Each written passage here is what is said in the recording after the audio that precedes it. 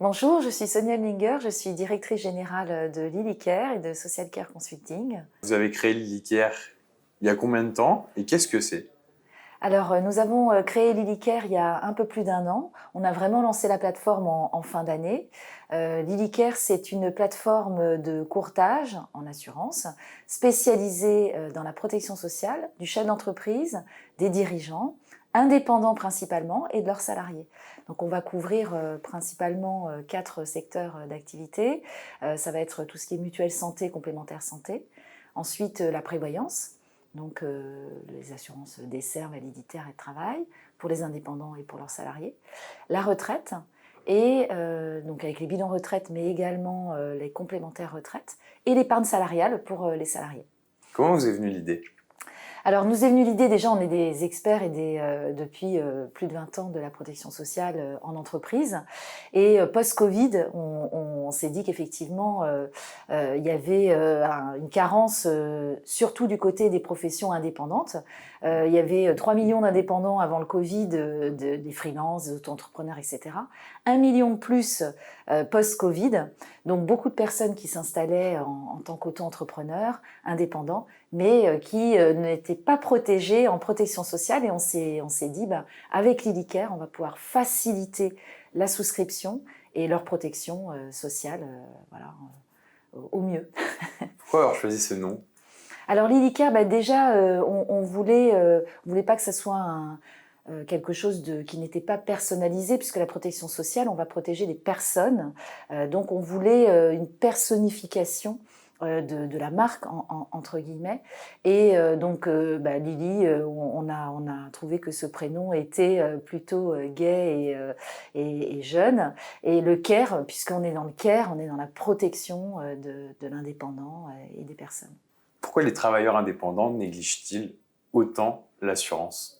Alors, les travailleurs indépendants, la principale cause, c'est ils ne sont pas au courant. C'est-à-dire que souvent, ils ont été salariés précédemment et après, ils s'installent en tant qu'indépendants.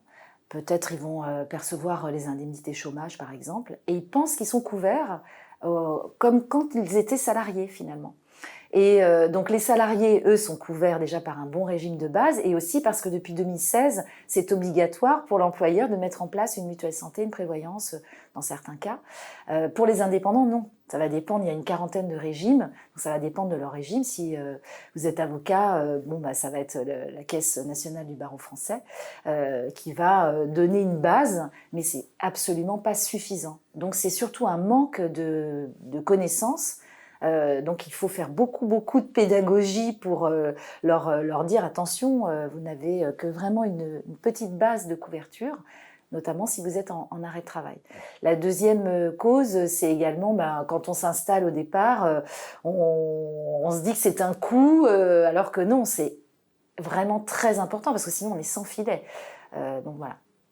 Donc il y a vraiment un côté informatif qu'il faut leur transmettre. Oui, tout à fait. C'est très important de bien les informer, de leur dire déjà vous prenez déjà assez de risques quand vous montez votre boîte.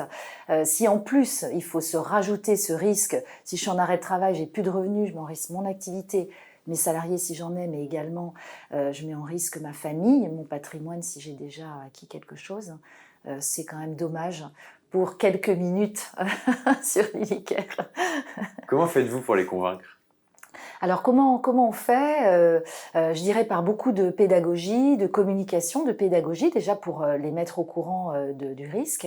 Et puis ensuite, on fait beaucoup de sur-mesure puisqu'on est courtier. Donc on ne va pas être attaché à une compagnie d'assurance. On va principalement être sur plusieurs compagnies. On va aller chercher ce qu'il y a de mieux pour couvrir le chef d'entreprise. Donc on fait vraiment du sur-mesure. Donc on essaye. Et après, en fonction de l'évolution, on va le suivre tout au long de sa carrière. Vous en êtes où aujourd'hui? Alors aujourd'hui, on a déjà quelques milliers de clients depuis la création. On est en train d'agréger aussi beaucoup de services de prévention, comme la conciergerie médicale, comme tout ce qui est prévention des risques de maladies. Donc par exemple avec des gens comme des applis qui vont les aider à faire plus d'exercices pour avoir moins de risques d'arrêt de travail sur des professions sédentaires. Donc, on fait toujours évoluer la plateforme en rajoutant des services complémentaires et le but étant d'être le leader en France, pourquoi pas après en Europe, de la protection sociale des travailleurs indépendants. Sur la fin de l'année, quel est votre objectif? Alors sur la fin de l'année, on aimerait encore plus bien sûr se développer et puis sur l'année prochaine, on voudrait aller chercher 100 000 indépendants.